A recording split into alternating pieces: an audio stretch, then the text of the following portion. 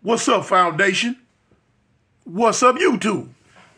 It's your big partner, man, me, Cartoon One from Eastside Avalon, the village storyteller, man. I'm back again. Y'all know, if I hit you with the clap, it's gonna be something, man. You can tell from the title of the video, man, this is about them zombies, homie. About them zombies that's running around the Alabama prison system right now. Now, I'm quite sure every prison in the United States, they going through a certain level of, what's the term I want to use? Narcotics abuse. I don't know what they doing in the other states. I haven't been to prison in some of the other states. But now, when I was right there in the Alabama prison, boy, I seen some stuff. Now, you know, when I was doing time in the California prisons, you know, as far as the drug situation, it wasn't that critical in my environment. And I'm saying that to say because it wasn't, it wasn't a lot of blacks that did heroin and cocaine. You know what I'm saying? The Mexicans, they did all that heroin. You know what I'm saying? That was their thing. And whoever was involved with the cocaine, boom, boom, boom. I didn't really dip into it that much because I wasn't on that. I was not on that. I didn't get, when I first came to prison in Cali, I didn't give a dang about no drugs, no nothing. I had one or two main objectives at this time. And drugs was not one of them, period. I didn't even pay attention to none of it. You feel what I'm saying? Now, in my later years, I kind of got into it, you know what I'm saying? Because I seen how lucrative it was. But that's neither here nor there. We didn't have a whole bunch of zombies.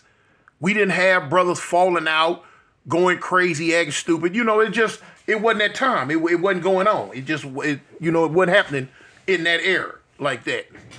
But anyway, fast forward 100 years later, I'm doing time in the Alabama system now.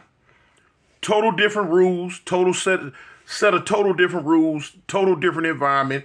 The whole hookup was just totally different, man. Totally different. The drug game was something serious. It was something serious, y'all.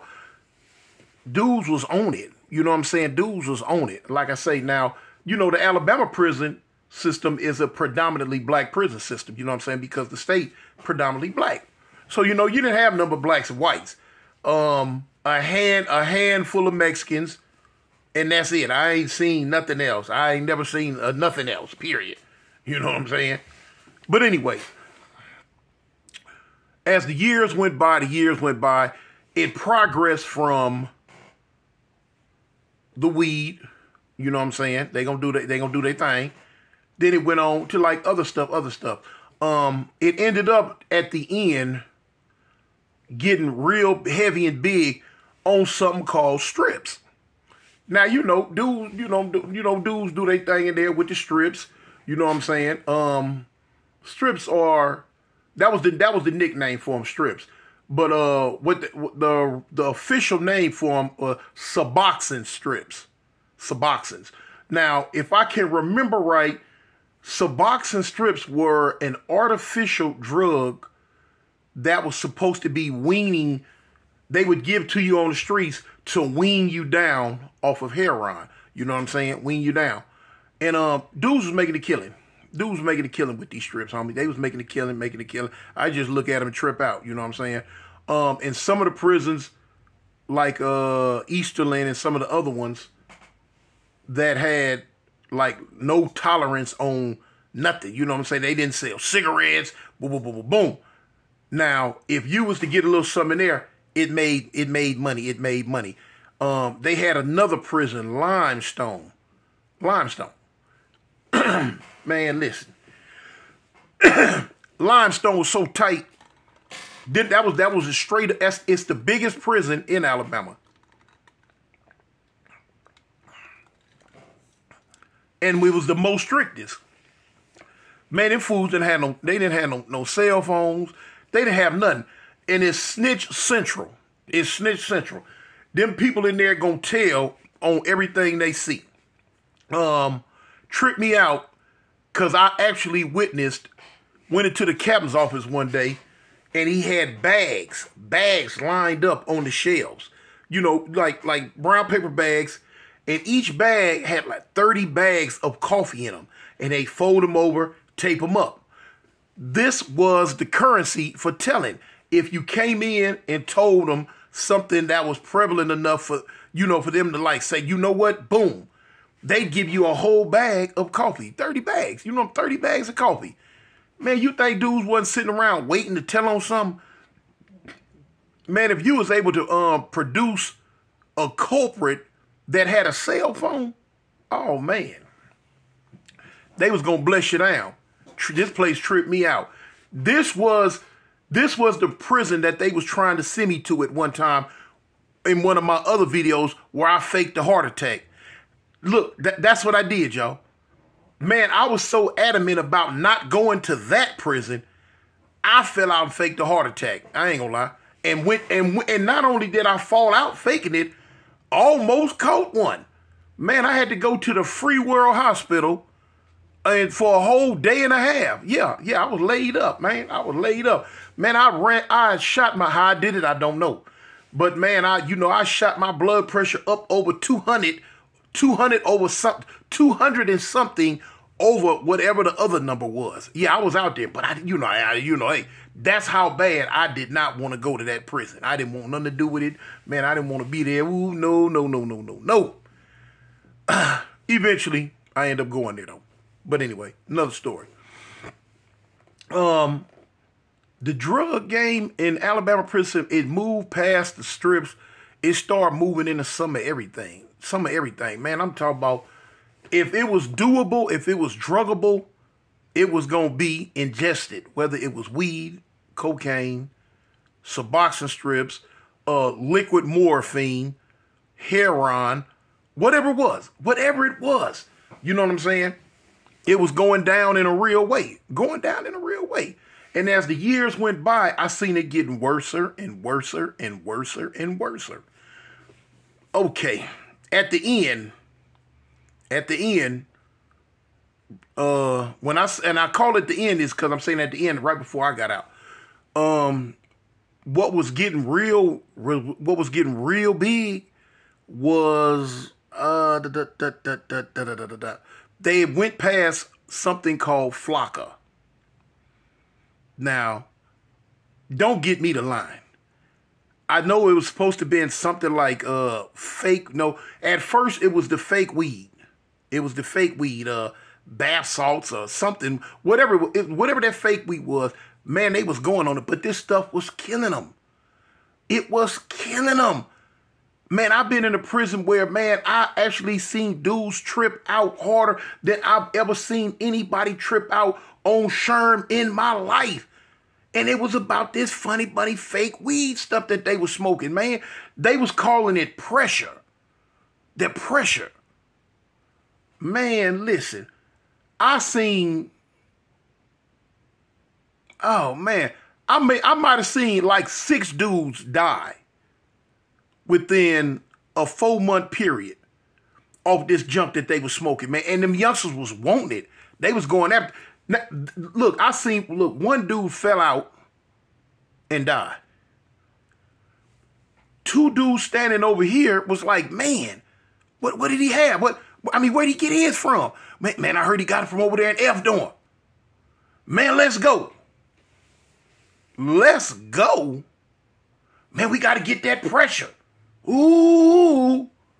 What? They got to go get the pressure? Man, look, it just killed him. What y'all tripping on? Man, they wasn't tripping on. Wasn't nothing. I wasn't talking about nothing. They had to go get that bombastic. Man, I done seen, man, listen, man. Alabama prison system, man, got so bad, man. I'm talking about got so bad, man. I'm talking about, I'm seeing black dudes with needles hanging out their arm, and I wasn't used to that. You know what I'm saying? I'm used to seeing white boy and the Mexicans like that, but not blacks. But now out here in Alabama, this is what it was. Man, they done passed out in the day rooms, passed out on the benches, needle hanging out their arm. Man, dudes literally walking around like zombies. Ain't nobody bathing no more. Half of them ain't even leaving out the block to go to the chow hall no more. Man, look, they just sitting around like real live zombies, homie. I'm talking about just looking. And the cold part about it, they become violent. You don't know at any given time what they was fitting to do. Now, what this little weed stuff they was smoking, man, I'm talking about it was knocking them flat. Man, I seen a dude one time run up in the shift office and jump butt naked, just come out all his clothes on one of the female secretaries and dove on her, hollering, and dove. Man, they beat that man to death. What? You done jumped butt naked and dove on this bro and went to grunting and went to moaning like Solomon Grundy. And was kind of hunching man. Hey, man, they beat that man so bad, man. I'm talking about, man, dudes just be sitting there talking to you at one moment, and the next moment, they done went cuckoo for Cocoa Puffs, homie. I'm talking about they done lost it. They done went crazy. And they just flipping out. They wigging out, man. They laying all in the middle of the floor. Man, it got so bad, man, the police you just step over them and keep going. Just, yeah, that's how bad it got, y'all. The police just step over them and keep going. Doing count, whatever. They can't stop it. They couldn't stop it from coming in. They couldn't stop inmates from taking it. And they tired of trying to wrestle fools down when they go to tweaking and wigging. They just wanted to get their check and go home. It got wild, man. And it got so dangerous because it moved over into like the fentanyl and all type of other stuff they was taking. Man, when I tell you they was taking some of everything, man, listen, I used to spend my time watching them. You had to watch them. It was, look, you could be sitting on the TV bench watching TV, and man, a fool will come up and just bust your head to the fat meat with whatever they might have happened to get their hands on. Might have even been a knife. You never knew. And in their mind, you haven't did nothing to them. But in their mind, you watching them. They perceive you as a threat. You done said something to them, and you ain't said nothing to them. But they mind playing games with them. Dangerous smokers. Man, listen, they would attack. I don't know. Man, I was sitting next to a dude one time on the bench. We watching TV. And look, it could have been me. It could have been me, man. You know, luckily on my behalf, it was this fool sitting next to me, y'all. He was just sitting there, man, and a dude walked up and knocked his whole right eye out his head. Knocked it out his head with a mop wringer. He took the mop wringer and came up from the back and just bashed him. Boom!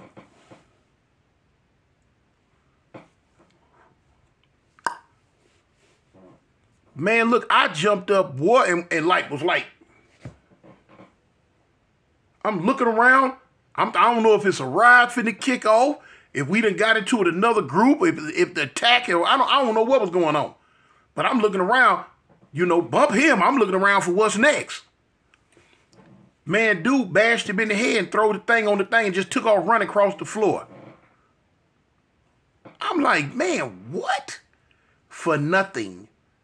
Because he was tweaking and tripping on them drugs. Man, I done seen them do some horrendous stuff. Chop their cellies up.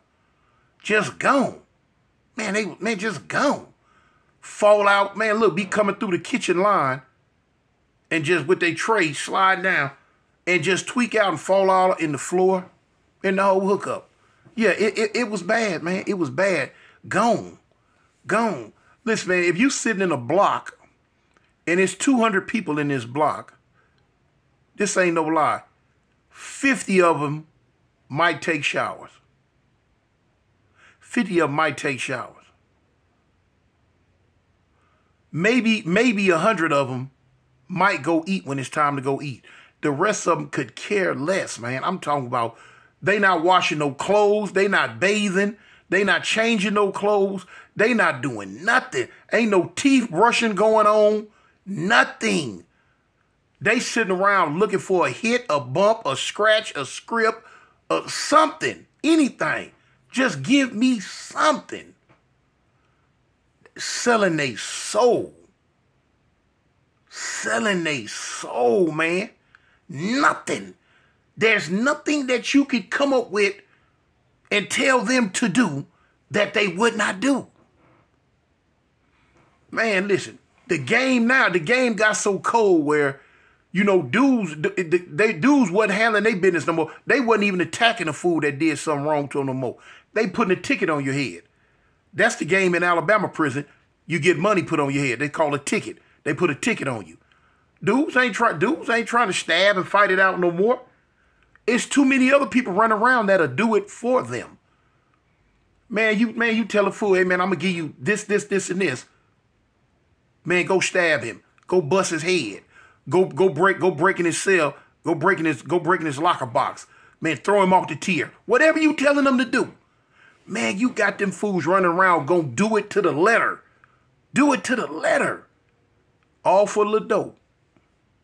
And that's all they want, that dope. Man, you could be sitting there, man, and the door could open up that goes out into the main hallway. You might have 4 dope fiends that came from down the hallway on a mission to get you because somebody done put a ticket on your head with this dope. Man, and they don't care nothing about going to no lockup. They don't care nothing about none of that. Just feed them, just give them enough dope that they can take back there with them. They don't care. Man, that door opened up, man, man, look, them monsters will come right through the door and get directly with your program, man. Get directly on your head. Will kill you dirt dog dead for the dope. They geeked up, freaked up, tweaked up, and meeked up when they come through the door. So ain't no on and off switch. The switch is on and here they come. They don't know how to stop. Then they been and killed you dirt dog dead. You be like, what? Man, by the time they come back to their right state of mind, man, look, they in lockup facing a murder charge.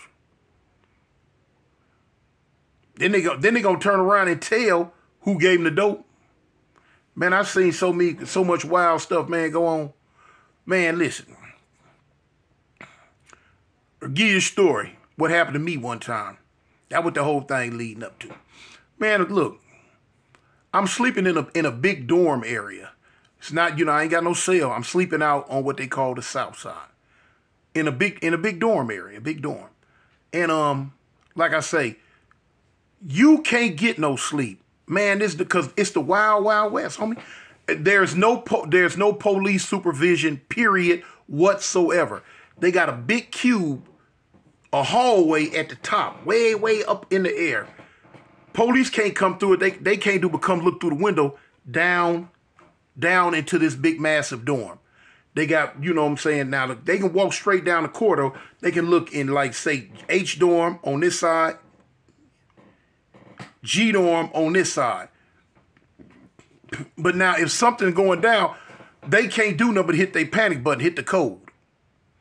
And, you know what I'm saying, the rovers got to run up in there and try to stop whatever's going on.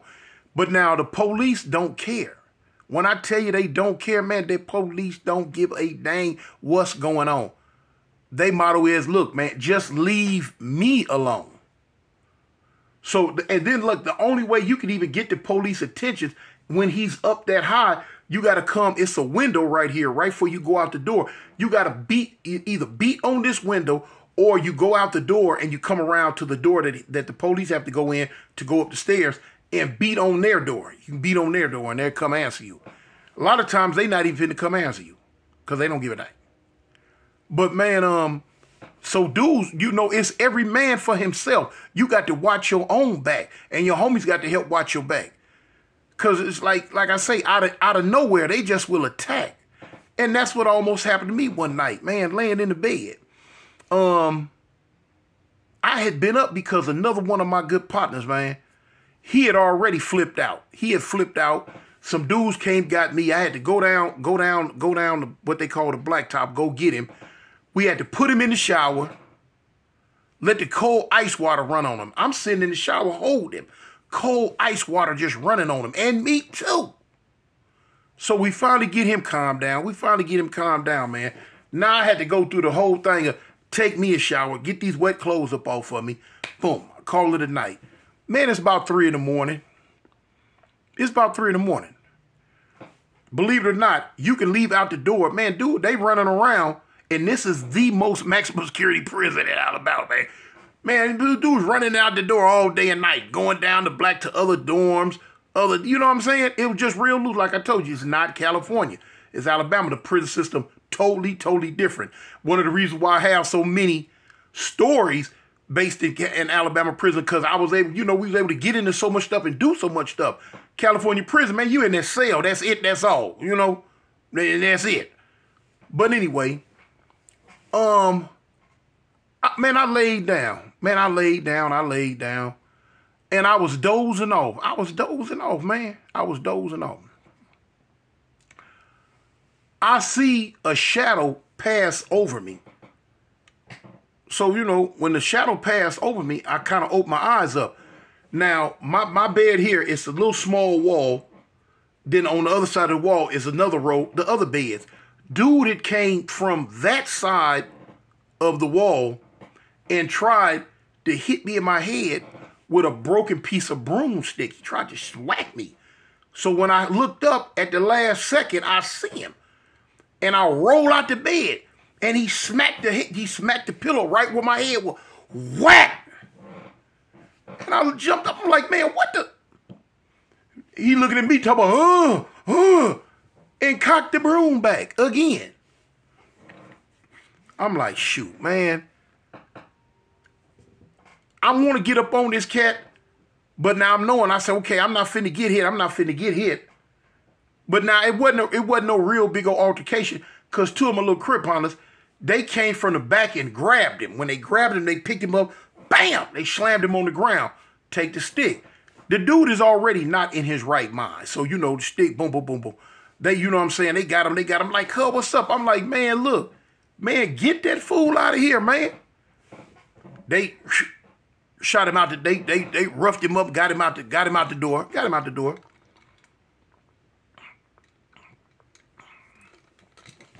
Needless to say, yeah, he had to go. So now, the homies clown me like, dang, Toon Cub, man, that fool, what you were? I said, homie, man, I don't even know. That's because you got to watch these fools, man. You got to sit up and watch. That's the type of stuff that we had to go through. That right there in itself, it ain't no big issue. It ain't no ooh-wee event, because it happens to everybody. Everybody eventually, man, you got to watch these cats, man, because they going to try to pull a stunt. Yeah.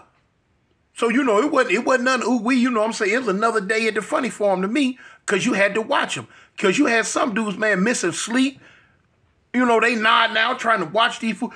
And the clowns, they running around in packs. 2, 3, 4 at a time. They sit in the corner like trap those spiders, like spider monkeys. And they watching, they looking. And you be looking at these fools like, man, well, get this fool up out of here, man. He got to go. Because, in the dorm I was living at the time, we would try to get them clowns moved up out of here. But, hey, look, man, just come get him. You know what I'm saying? We know they going on that stuff. We would get them moved and just, get them moved to the blocks. Try to get them out of here. Because, man, a lot of people had too much going on to have this type of, this wildness going on. But it was wild, man. It was just wild. It was a losing battle. It was a losing battle, man. Because dudes was getting hooked on this junk, getting hooked on it every day. Every day. And the cold part about it, what'll hurt you is when you see one of your homeboys, one of your partners, look like they finna go down that road. It was a hard pill to, and it's even worse now. It's been worse now, man. I've been going out the system for a whole bunch of years. But now I still talk to my people and they tell me it's worse now. But man, that's me. That's the story, man. It's your big partner, man. Me, Cartoon One from Eastside Avalon, the village storyteller. Man, y'all keep your head up. Peace.